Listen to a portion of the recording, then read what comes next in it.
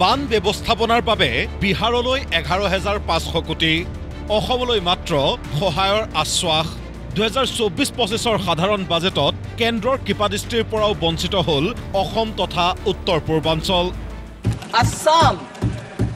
Assam grapples with floods every year by the Brahmaputra River and its tributaries originating outside India. We will provide assistance to Assam for flood management and related projects. Sikkim witnessed devastating flash floods and landslides that wreaked havoc across the state. Our government will provide assistance to the state. যি সময়ত বাৰিষাতে ৰাজ্যত বানত বুৰি প্ৰায় 100 গৰাকী লোকৰ মৃত্যু হৈছে, সেই সময়তে কেন্দ্ৰৰ কৃপাদৃষ্টিৰ পৰাও বঞ্চিত হ'ল অসম। দুনাই কোৱাৰ প্ৰয়োজন নাই, বিগত 5 বছৰত অসমে বান পৰিস্থিতিৰে মোকাবিলা কৰিবলৈ কেন্দ্ৰৰ পৰা বিচাৰিছিল 10,785 কোটি 38 লাখ টকা, কিন্তু কেন্দ্ৰই দিছিল মাত্ৰ 250 কোটি 31 লাখ টকা। আৰু এইবেলিও বাজেটত অসমক কেৱল সহায়ৰ আশ্বাস দিয়েই দায়িত্ব সামৰিলে কেন্দ্ৰই। ডাবল ইঞ্জিনৰ চৰকাৰে সমস্যা দূৰ কৰিব বুলি ঢাকে ঢোলে বজাই নাচি বাগি নিৰ্বাচনৰ পূৰ্বে প্ৰচাৰ চলালেও বাজেটত বিহাৰৰ বান সমস্যাৰ দৰেই গুৰুত্ব লাভ নকৰিলে অসমৰ বান সমস্যাই।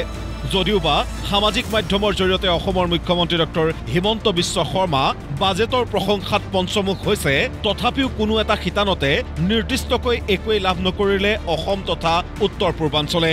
প্ৰথমবাৰলৈ বাজেট অধিৱেশনত অংশগ্ৰহণ কৰা ধুবুৰীৰ সাংসদ ৰকিবুল হুছেইনে হেনো ব্যক্তিগতভাৱে সাক্ষাৎ কৰিলে বিত্তমন্ত্ৰীক আৰু ক'লে অসমৰ গৰাখহনীয়া সমস্যাৰ কথা।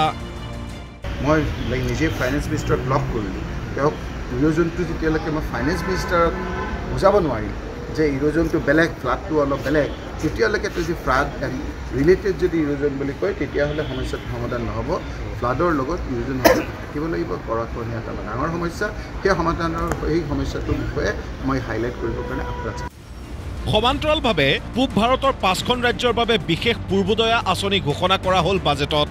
বিহাৰ, ঝাৰখণ্ড, পশ্চিমবংগ, উৰিষ্যা, অন্ধ্ৰপ্ৰদেশৰ উন্নয়নৰ বাবে ঘোষণা কৰা বিশেষ আঁচনিয়ে উত্তৰ পূৰ্বাঞ্চলৰো উন্নয়ন সাধন কৰিব বুলি কৈ যেন আত্মসন্তুষ্টি ল'লে সাংসদ কিৰেণ ৰিজিজুৱে।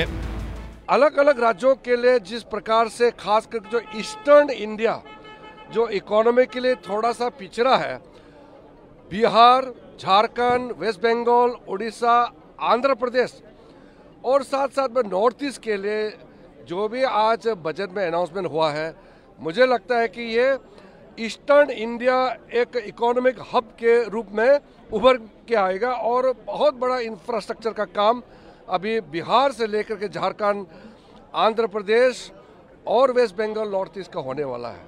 ইয়াৰ বিপৰীতে এই বাজেটক উত্তৰ পূৰ্বাঞ্চল বিৰোধী বুলি আখ্যা দিলে সাংসদ অজিত ভূঞাই। অসম বিৰোধী, অসম তথা উত্তৰ পূৰ্বাঞ্চল বিৰোধী বাজেট বুলি ক'ব খুজিছোঁ। কাৰণ আজি অলপ দিন, কিছুদিন বা আগতেও এই সাম্প্ৰতিক যিটো বান অসমৰ কাৰো লগত তুলনা নহয়। তাৰ পৰিপ্ৰেক্ষিতত যদি চাওঁ, আজি এই চৰকাৰখনে, NDA চৰকাৰখনে, প্ৰধানমন্ত্ৰী বা বিত্তমন্ত্ৰীয়ে তেওঁলোকক যিসকলে সমৰ্থন কৰিছে, কেৱল তেওঁলোকক সুবিধা কিছুমান দিছে।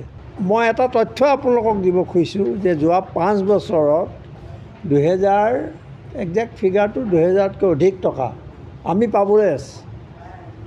আৰু আমি পাইছোঁ কিমান এতিয়ালৈকে 205 নে 250 কোটিমান টকা মাত্ৰ পাইছোঁ।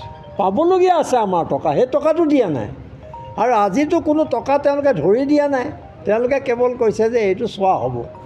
ব্ৰহ্মপুত্ৰ খনন, সৰুবৰ খননেৰে বান নিয়ন্ত্ৰণ আদি সময়ে সময়ে বিজেপিৰ বিয়াগুম নেতাই প্ৰদান কৰা প্ৰতিশ্ৰুতিবোৰ আজিলৈকে গোকাত মিছা হিচাপেই পৰিণত হৈ আহিছে। তেনে ক্ষেত্ৰত অসমৰ বান ব্যৱস্থাপনাৰ বাবে বাজেটত প্ৰস্তাৱ কৰা আশ্বাসৰ ভৱিষ্যত কি, সেয়া সময় সাপেক্ষেহে হ'ব লক্ষণীয়। নিউজ ডেস্ক, প্ৰতিদিন টাইম।